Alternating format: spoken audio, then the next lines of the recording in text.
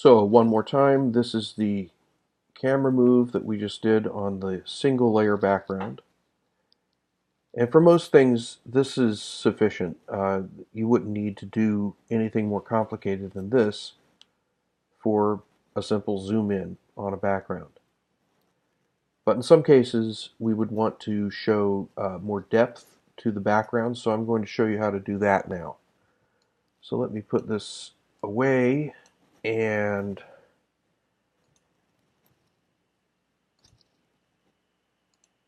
hide that. And I'm going to actually reset the camera to center. Alright. So now I've broken down the background into three different planes. I've got background, the middle ground, and the foreground element. So that's going to allow us to move these at slightly different rates of speed, and that can give a depth effect, a multiplane effect. There's two ways to do that in TVPaint, and the first way I'll show you is using the KeyFramer tool. And think of each of these layers as a source layer. So we're not going to do the move on the original layer, we're going to do it on a copy. So the first one I'll do is the overlay, and I'll name that OL copy. So turn off all the source layers and get on my new layer and set that to 120 frames. And now open the effects stack, and that's from the little magic hat here. We'll open and close the effects stack. And where I want to be is in motion KeyFramer. And the source is my layer list, and in this case the OL is where I want to start. So you can see that brings this up as the source. So I've actually pre-set the camera move for each of these, but let me just show you in the position tab here. You've got X, Y, and Z coordinates. Down here they're further coordinates for the angle, rotation. We're not going to deal with that right now. Just use the X. X would be side to side, or also called east-west. Y is north-south, or up and down. And Z is the depth, so I can get in closer or further away, depending on how I set that. So let me reset it, get my source back. And I have the moves that I've worked out saved. You can save your moves once you've worked them out in this effects bin. Just use the add command. Okay. So now that's loaded up the move on the OL, and you can see the camera zooms in past it.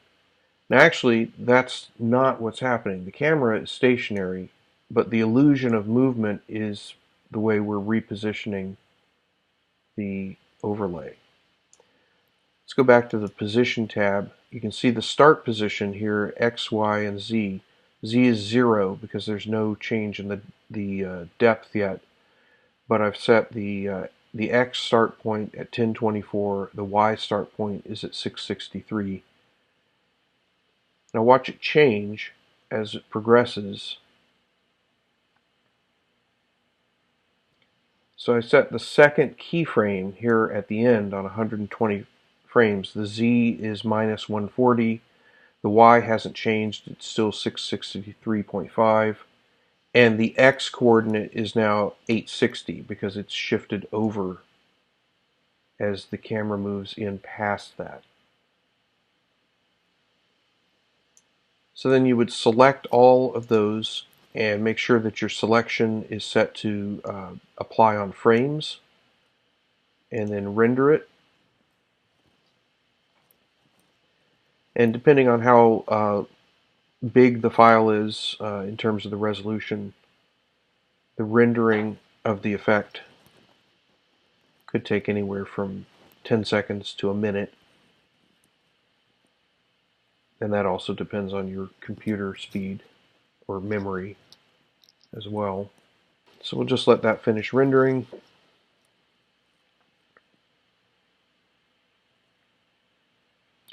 And now here is the finished move.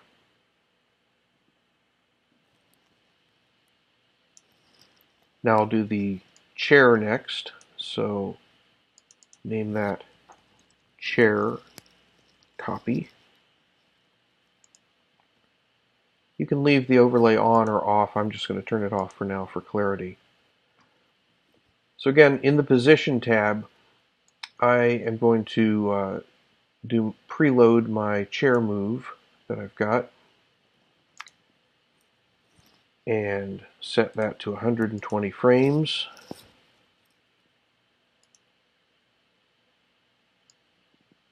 And you can see the zoom in happen on the chair.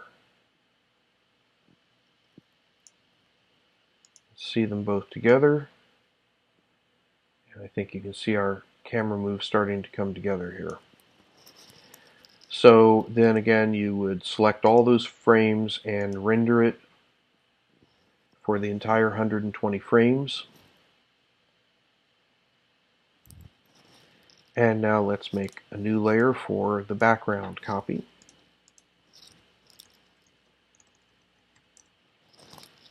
And I'll turn these off.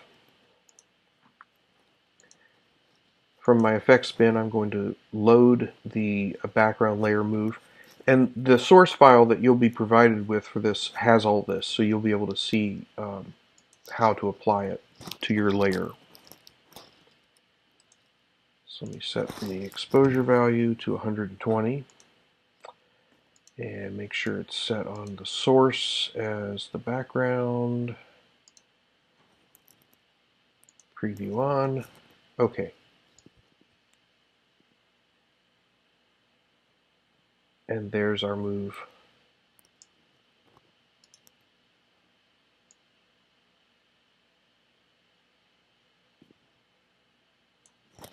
Select all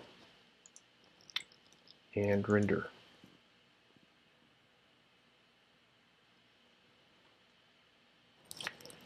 Now, if we turn on all three layers that have had this rendered on them, you can see that each of the layers is moving independently.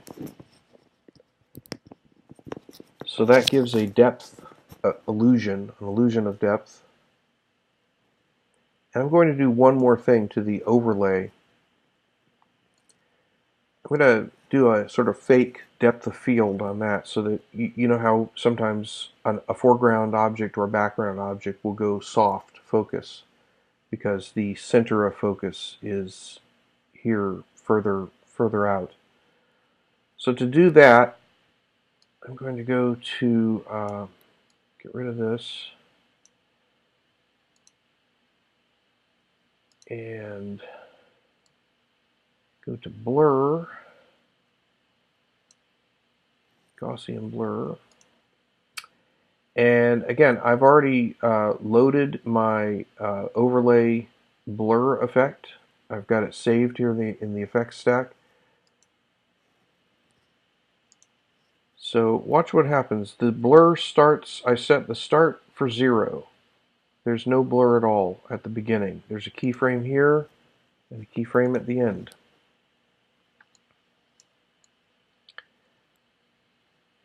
Now watch the blur. Do you see it changing?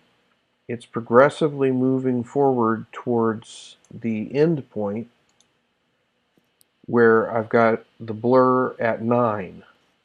And you can see that's applied the blur to the foreground element, which makes it look like it's further, pushed further into the foreground, simulating the effect you would get in live action photography and cinematography. As we push in past that plane in the foreground, it progressively gets a little more soft, So that is simulating the same effect you would get in live action photography or cinematography. So now to apply that blur effect, again, select all the frames and apply.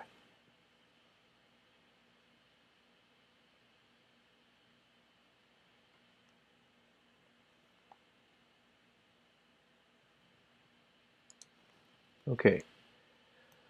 Now I'm going to set my camera position because you can see that the edges of the artwork are showing slightly. So I need to take this camera and set it to where this is my start position. So everything is starting down a little bit lower, and then I'm going to go up and zoom in just slightly. So we're actually getting sort of two camera moves happening here. There's the KeyFramer move we did on the background elements, and then there's going to be a slight zoom up and in with the camera tool. And again, I'm going to set just a little bit of a slow in and slow out. Actually, not a slow in, because I want it to be constant from the beginning, but then get just a little bit slower at the end. So now here you can see what's happening. The camera is shifting in and up as the background elements are also shifting. So let me play that back.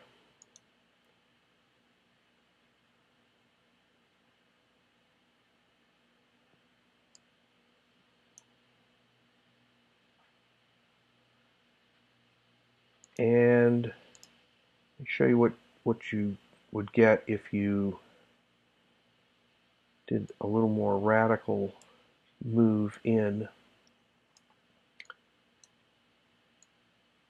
You can play around with this and see what you get, but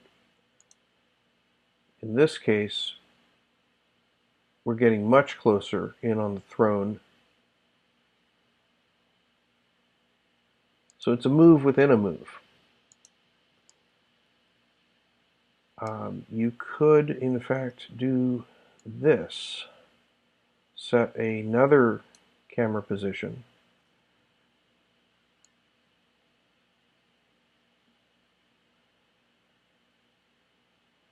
Let me see if that plays back.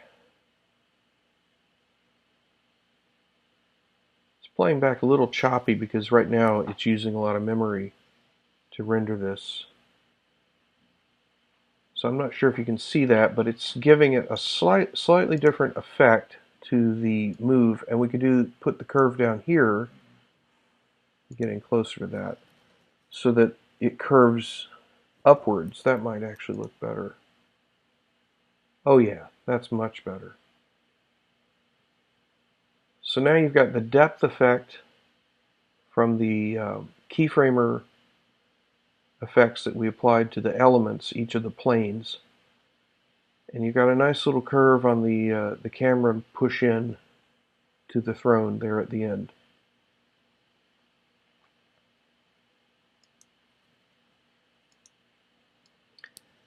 And again, as a policy, I would save your camera move. So this is the camera move that we've got on this scene now. So for command, I would save and put it whatever we decided. This was scene 10, right? So scene 10, this is scene 10 camera 2, which is a little different than the first one we did. So now you've got that, and if you ever need to, you can just load it from here where it says bin load profile. It'll take you to this, you select it, and you load it. And that will load in the identical camera move. So now you can close that. Alright, so that's how to do a simulated multiplane effect using the keyframe tool. The next thing I'll show you is how to do that with what's actually called a multiplane camera tool in TVPaint.